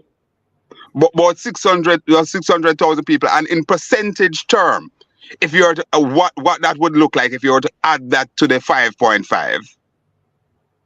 No, if you put the 5.5, the 5.5 would work out to about 120,000 people. Then you have the 360. Okay. So the 20,000 who are unemployed. So about 600,000 people. So Raleigh, you're a practical man. We saw where so many mass shooting taking place, all sorts of misery index out there. By any chance, would what you just said account or responsible have any form of connection with what we're seeing? No common sense, Obi. So if you have a man idle, right, and every man have gun, right, and every man want bling and them thing there, and man a fight over money, because most of them things have to fight over money, you know. Lot of scamming and things not run right and all of them things. So, and if you're not another feature of the communities where they're shooting them, you know, if you notice a zinc fence and dirt road, and so you see the infrastructural degradation, we're not spending on the infrastructure and we're not spending on the people. That is what Nigel Clark has been doing. Him not spend on the infrastructure and him not spend on the people. So the country must run down and be counterproductive. But Raleigh, and I can understand some people who says your arguments are flawed. And I tell you why. Yeah. With all of this happening, and Dr. Nigel Clark continues to overpay on our debt rather than pulling back, spending on more infrastructure. Why is he doing that, especially in an election year where an election can be called this year? It is due September next year. Why is he not pulling back? Well, that's a very good question, and that is something that him and the Prime Minister have worked out. Remember one thing that him said, him only has spent $5 billion this year, but everything have to wait till next year. So does that mean that next year is the election year, so they're going to run with it? Yeah, of course. Then you really believe them will call election this year. We're in August now. You believe them will call election this year, unless you're mad. What about Julian Robinson's take that no, the release of names from the illicit 8 will be coming shortly? Well, even that, them not call an election this year. Them will wait until them can. The man said, everything have to stay till next year. Read through that, yeah? So you're saying that after, when the next budget is read, that is going to be an election budget? Precisely. So after the government Bank of Jamaica tell them, say the economy are going to decline, and them say all them barrel thing, and them say, wait till them out in the next budget. But where are they going to get that money from to spend? Hold on. All them promise there where the Prime Minister make on them thing there. You believe, say, this year they must spend the money on them project there? The money is already there, SHACKA. They have it in the surplus. The money is there. The money is not a problem. The money is there. The money have a massive primary surplus. The money is there. So what does that look like on the ground then between? It's supposed to be $186 billion at the end of this fiscal year now. For the first 2 months, the man accumulated 13 billion and change already. Yeah. But why then, though, Ralston? Why are you suffering the people of Jamaica and having? That's a question you have to ask him, and that's a question the people of Jamaica have to work out for themselves if them all get fooled by that. Help me with this, Raleigh. That surplus that you speak to. Is it real money or is it just numbers that the government? No, man, a real money. When them collect the taxes, them take out that and put on that first before them spend for anything else. So that real money is there. And you're saying that with a 50 billion damage from Beryl, the Minister of Finance is going to spend is going to put 10% back in the thing. It's only 5 billion amount spent this year. So why are they doing that to the people of Jamaica? Well, only him can answer that. Well, let me tell you why they do that to the people of Jamaica. The people of Jamaica are seen secure. No better than their for them slogan. So them just take everything. The people too do the people are too docile and too quiet, right? So them good. Dr. Icklin, you wanted to say something. I wanted us to be very clear for the people who are watching what that looks like between September morning and August 31. What does that look like for people? What that contraction? Dislocation. Well, it starts already because a whole lot of people are panic right now because maybe enough people see it as this as the last week for back to school.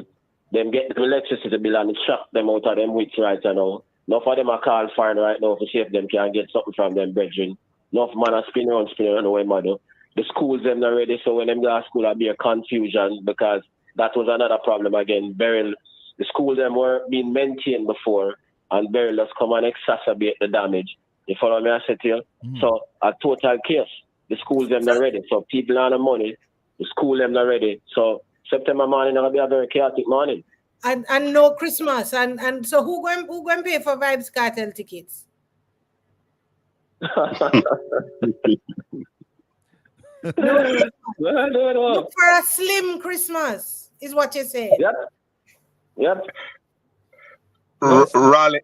Go ahead, Conrad. Go ahead. Raleigh, Shaka, and Doc. I'm putting this one to all three of you. We talk about the violent aspect of things that we see play out there, you know, the gun shooting and etc., etc. But there's also another layer to this. The mental aspect of it. Those of us who may not take up the guns and so on, but what this is doing to our mental capacity, how are people dealing with this? You know, we saw recently a gentleman got an award, a medal of gallantry, and for that it was a woman who he saved somewhere in Portmore that drove her car and was ready to chuck off, to kill herself. You know, so what this means, Raleigh? What it means, Doc? What it means, Shaka? I think I can get this one. Go ahead, Raleigh. Go first, Raleigh, and then you come in, Doc. Some people frustrated. Some people are commit suicide. Some man get madder and get badder. Yeah, because them just can't cope. Them don't know how to cope. Yeah. Some people do things that are unbecoming, yeah, and we know all of the things that people are doing. Because every little hustling the man them do, them get back up. You follow me? I said the high prices. So even if them charting, the people them not have enough money to buy for them. So you have a whole competition with who are sell on road and them thing there. But you have little bit of people to buy from them because the people them not have no money. A similar situation affects small businesses. Them can't get the money for borrow. Them have high electricity bills. Them have the high levels of criminality, the high levels of extortion, all of those things. So we have to get the economy back on track. And it means that we'll have to reduce the interest rates, ensure that the rate reductions reach the people. The Minister of Finance have to start spending more for the country's capital, the country's power network, the country's education system, the country's road network, the country's grid network, the country's rural network. We have to get agriculture back up and running. We have to start export more. All those things we have to do if we are dealing with the crime. The crime is not just an isolated thing. It's a part of the whole macro-social problem that the country experiences. And it makes the police work hard. So we ask the police them to be economists, to be social workers, because all them are to clean up the mess that macroeconomic policy is creating. So a time comes to change macroeconomic policy. The focus on debt reduction alone can't work. We have to focus on growth and export expansion now. Deborah? My father was a psychiatrist. Before he died, he was talking to us about a thing called complex trauma. Complex trauma is something that we are experiencing in Jamaica at the highest levels at the moment. And what it means is that when people are afflicted by complex trauma, and I was really moved by a report on Dion Jackson Miller's program by the reporter who went to Cherry Tree Lane and said she saw people shaking and they didn't know why they were shaking. She saw people, just their actions, it was clear that they were completely traumatized and they didn't recognize that what they were feeling, what the symptoms of their actions was a basis of trauma. More of us experience complex trauma than we know. Something as simple as well, not simple, but the levels of abuse that we see in our homes, all of those things are related now. There's a thing coming out of complex trauma called disassociation. You know, when a man just meds out and him just like him not there, like him can't function, him not motivated, him not, and some people call it depression, but there's a point at which you just you can't function. And if yeah, man, someone just say, yo, no better than that. Anything or anything. That's how the spirit of the man in each one of them. Yeah, anything or anything. Yeah. It's a hopelessness. It's a feeling that no better than that. Yeah, so man, anything or anything. The only hope is to get a visa. Yeah. If we have that, okay, one person or 10 people or 15 people. But if we have an entire society that's in a dissociative state, then we have a productivity issue. Then we have a performance issue. We have all of these stuff. We might have people going to work, but half of their time is spent working out. Oh my God! How am I going to survive? How am I going to deal with that problem there? Yeah, man, it's true. This afternoon, we're not even talking about lunch money for next week. How do I get? Where am I going to find the bus fare to go and pick up my child at school this afternoon? Yeah, man. How am I going to pay the toll? The tolls have just increased. How am I going to pay the toll to go to and from work every day? Conrad. Yes, you know, just to add to what Doc said a while ago about what happened when you reach a workplace. I may be dating myself when I said this, but there's a lot of young lady who you see out there looking quite crisp in their habit skirt and so on. They're dying to reach work, and the first customer. I'm not guessing. I know the first customer that they encounter. The first customer that they encounter is to ask them if you can buy me lunch today. Quickly before you cut me, Shaka, I want to ask Raleigh this. Recently, Raleigh, we heard from the president of the PSOJ who said that even if the administration change, Dr. Clark should still be retained as Minister of Finance. You think he's still at that place? Obi, we've been having a serious discussion, man. No, you think he's still at that place? Why are you going into comedy? Raleigh, go ahead, Raleigh. Yeah, well, I want to dismiss that as neo-colonialist garbage. You don't really understand macro policy. It's a kind of neo-colonialist approach that we understand which part that come from. We don't really understand macro policy. You wanted to say something before the comedy. Advise him to check back where Carter Alexander did say when PSOJ did farm in 1976. He don't really understand this thing. But you wanted to say something while Obi was on a while ago.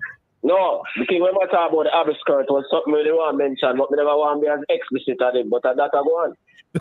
Whether I want to believe it or not, that is why I go up on the street car. We get the street car where I take place. Yeah, and it goes further than that. Because when they leave that evening, there are additional economic activities, transactions that have to take place. And they are putting it on social media now. Clear. I have never Clear. seen so. I I have have been never seen so shocked. many young girls now coming on social media Yeah, admitting man. that I do business. Advertising. Yeah, man. What Yeah, is man. going on?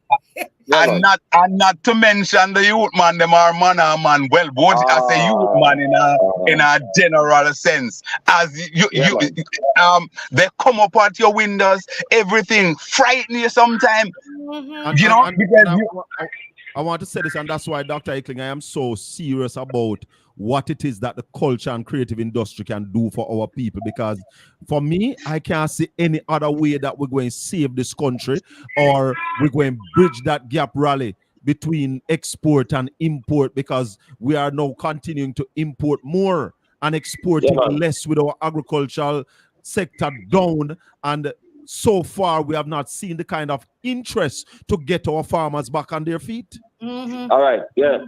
I agree with you. And this is the last thing I'll check. I'm going to have to leave now. But if you check it, Yes. is only the people can change the thing. Now, if you look on all our major industries, JPS, the light and power monopoly, is owned by external sources. The bank, them, owned by external sources. The communications company, them, owned by external sources. The airport, them, owned by external sources. All of them money that leave Jamaica, put the dollar under pressure and go foreign. Only the earnings of our people, the creative people, that's why we have to turn to our people now, can bring back the economy, as you say. Correct. Raleigh. The cartels, them owned by foreigners. Yes, That's All an the money got foreign. argument. I'm writing it down. Big argument. Yep. Raleigh, thanks for joining us this morning, Blessings. my brother. Yeah, man. Professor Ralston Iman. respect, Raleigh. Yeah, We man. chat. Big up. Cool. Yeah, man. All Big right, up. over here. Yeah, Debbie. Blessings. Yeah, man. Yeah, Take man. care, Cool. Raleigh. Good to hear you. Okay. Cool. We have a few Yeah. minutes left on the show. I don't know if anybody out there wants to call in 804-7072. You can call us straight. You can call us on WhatsApp. We only have a few hours. Dr. Ickling still with us. Conrad O'Brien still with us. Lady and gentlemen, Jamaica is in a serious place. Yeah. Even though they have the surplus saving up for an election year, while that grass is growing, the people are starving. You know what? The issue that I have is that what we have though is a communication problem. We don't have the people at any level. I'm not hearing it in academia. I'm not hearing it at a political level. I'm not hearing it at a community level, who are doing the analysis and putting the pieces together so that the people understand. I get the feeling that people are feeling the pinch. They feel the strain. They know something is wrong. They know it is getting worse, but they are not clear what it is. They're not clear what causing it. Them just know say we live in a corrupt country and we live. So maybe it is the job of more of us to be breaking down some of these things into bite-sized pieces so that people are clear about what is happening. Raleigh does his thing, but I mean, even this interface has helped us to make Raleigh break down what, the economic issues. We have a communication issue. People don't understand what's happening with them. Doc, let me say this to you. We are Jamaicans, and we all, and I said it all the while, whether you sit behind the microphone or whatever you do, at the end of the day, you have a political preference in terms of which party you may support. But there are some things that you look across country-wise, so you do your work. There are a lot of things that I personally do, a lot of interviews, a lot of things. Some very, very salient point came out of those interviews. I posted one on TikTok just now, one that I did with Dalika Jess about the National Housing Trust. I sent it to your communications department. Your communication department, and I told them all the while, hold on, let me just finish it up. Yeah, man. And I said to them that, listen, break these out in the words that you use, because it's a media jargon. I said, put it in bite-sized portion and find a way to get it out there. I find, and I'm going to say this, it's a criticism, I find a level of laziness within the opposition to do these things, because the opposition is the government in waiting. The government is going to put all sorts of things out there. It is the opposition's duty in my view, to lead the charge on some of these things. And I find even some time ago when you would have the affiliates of the party, i.e. the YO, the women's movement, and you have the newest affiliate, the Patriot, in my view, they are almost as dead as NIT or on life support. Point taken. Point taken. And what I can do is I can pass it on where it needs to be passed on. It's an important point. We have a caller. Go ahead, caller. Hi, good morning, Colin. Good morning. Let me see. Good morning, Professor Ralston Ayman. Well, Ralston is not. Ralston has left us. Oh, he has left. Okay, and so we have Obi and Dr. Eklin. Right, and good morning, Dr. Deborah Eklin. I want to commend the work that your father did and your mother, Miss Hillary, was a very occasionally she would come to lecture us at Jamaica Theological Seminary. Oh, that's my stepmother. Yes. Through Garnet. So she's a very, especially in our Caribbean history thoughts class. She was one of those resources you would draw on. So I know you are well grounded, well rooted in academia, and also your understanding of the cultural industry. Yeah. So there's no doubt in my mind that the opposition leader has made the best decision in appointing the shadow and culture. Aye. Yes? Thank you. So I want to publicly endorse you because I know you come from good table. Unlike some persons who are sitting at culture now who culturally they're shocked and they cannot continue to function at culture. But the question I want to put to the panelists and I good day, Conrad. Hi, my brother. How are you doing? All is well? I'm good, my brother. I'm good. All is Blessing. well. Blessings. The question I want to put is the Minister of Energy, and I don't know if it's good or bad energy, but the Minister of Energy has said the very first statement he did after the hurricane, after Hurricane Beryl, was that there would have been persons coming from Belize, Suriname, and Guyana to help us with reconnection, right? And I'm asking the panelists, are any one of you aware of those persons being in Jamaica? They did say some externals are here. I don't know exactly where they are from. Where? You mean they are in St. Elizabeth. When you find like them, how the FBI was coming to help with SSL? Yes, it's the same similar. Nobody come. I'm telling you that because my information. Hold on, Conrad. Hold on. Finish up, Paul. Sorry. No. Let Conrad say what he was gonna say. Go ahead, Conrad. No, what I was saying, my information, and I'm going based on the report that we carried out in media, that persons are here, external persons are here. We learned that there was supposed to be some more. We got the people came in from Belize. I think we even get persons from Curacao. That's what we heard.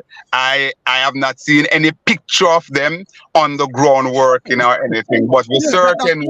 No, Conrad, isn't that strange? we certainly. With a Jamaican public who video everything and take a picture of everything. Well, let me tell you the truth. Maybe they look like us, so you can't make the difference. No. You can't miss people from Belize. They're of Indo descent. You can't miss people from Guyana. Most of them are of Indian descent. And the same if it is from Curacao. But them have on the helmet, Paul. Them have on helmet and the vest. They could have on vest. You can't miss them. Yeah? The features are clear. But what I'm saying to you, my friend, right? My information is only 5 persons came from 5 of the 3 countries listed. 5 individuals. They have said 5. 1, 2, 3, 4, 5. Yeah, I don't think there's many. You could be very right on the number, because Right, but I'm saying we have a minister, and we have a minister of energy that, quite frankly, I am absolutely tired, and I think that Minister Vaz needs to find. He should be sent to national security because he's very good at attacking people and attacking. And we need to attack these criminals. Right. So we need him there. You would be best served there, and I tell you why. Because 1, there has not been any energy policy issued by this administration. When Philip Paulwell was there, they had started the investments in the solar, in the wind farm. Then this government divested the wind farm, Wigton, right? Now, these guys are not serious about renewables and serious about energy security. They're not. Remember, Obama came to Jamaica just on the eve of Portia, our goodly former Prime Minister, the most honorable Portia Simpson Miller, leaving government and offered to us LNG. Why haven't the government picked up the LNG offer? My brother, a whole heap of food for thought. And right, one more. We're looking at this oil, and this is where I'm going to leave. We're having this discussion about 7 billion barrels of oil being discovered.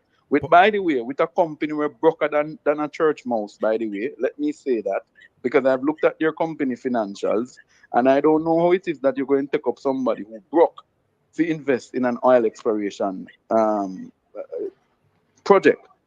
The next aspect of it that is worrying for me about this is, why isn't it that we're now, as the close relationship we endure and enjoyed with Venezuela, we should call on the Venezuelans to help us and structure this arrangement? Not under this administration, and you know that very well. It won't happen under. I agree with you. I agree with you that we should do that, but not under this administration. They won't do it. And they've already they have made it bad for themselves. They made it bad for themselves. Isn't it that Venezuela also have us in court for their money? Yes. Man, them have the money sitting. Remember, the world's best minister of foreign affairs, right? Abina knows nothing. She went to the meeting, and they told her, because that meeting that Rex Tillerson came in Jamaica in 2018, and they told her, oh, you can no longer buy any oil from Venezuela. Put the money you have in escrow for one Guaido. And we need to ask the question, how could a sovereign state pick up funds belonging to a country that it has a contractual arrangement with and put it in a deposit fund belonging to Guaido, who is not an elected official of Venezuela? And this nonsense needs to stop. And I'm saying to the PNP needs to stop playing pussyfoot around this issue, because your friend is suffering, and the foreign affairs minister, spokesperson on foreign affairs, there needs to be a policy. We need to have a discussion in the party and in the wider society. How are we going to engage with Venezuela with a south-to-south relationship that sees us moving away from some of our traditional international relationships? By the way, if we don't know by now, America, Britain, and Canada is of no more relevance. It's BRICS running things now. Absolutely. So we need to get on track with what is happening. Michael Manley was a forerunner in terms of vision with the non-aligned movement. It's no South relation. The backside countries operating under the, under that, similar to what OPEC has. So I'm saying we need to go back to that stage where our foreign policy is not dictated by anyone, but we dictate who we have friendships with. And this because if the PNP continues with this nonsensical policy, by the way, I can tell you countries in the Caribbean that is still buying oil from Venezuela. Of course. St. Vincent buys oil from Venezuela. Trinidad buys oil from Venezuela. St. Lucia is buying oil from Venezuela. St. Kitts and Nevis is buying oil from Venezuela. But we took the decision. We took the decision because what? You have a prime minister who is a son of Uncle Tom. So he ran to Mar-a-Lago while they lock out the national security minister in the hallway because he couldn't get in. Yeah. The decision was made to suspend relationship with a country who take out pit toilet out of primary school. Yes. All right, my brother. Anyway, Dr. Iklin has left I'm really passionate about this, man. Sorry about that. Paul, we have to find some more time. Join me Tuesday night. Let's talk some more about this. Well, we'll be on Tuesday. Yes, all right, SHACKA. And if Doc is listening, no problem. We'll make the contact and we'll have her on. Yeah, man, and we have to go. Thanks very much, everybody. All right, all the best. God bless you. It's been a pleasure. Thanks to all the listeners. Thanks to the viewers.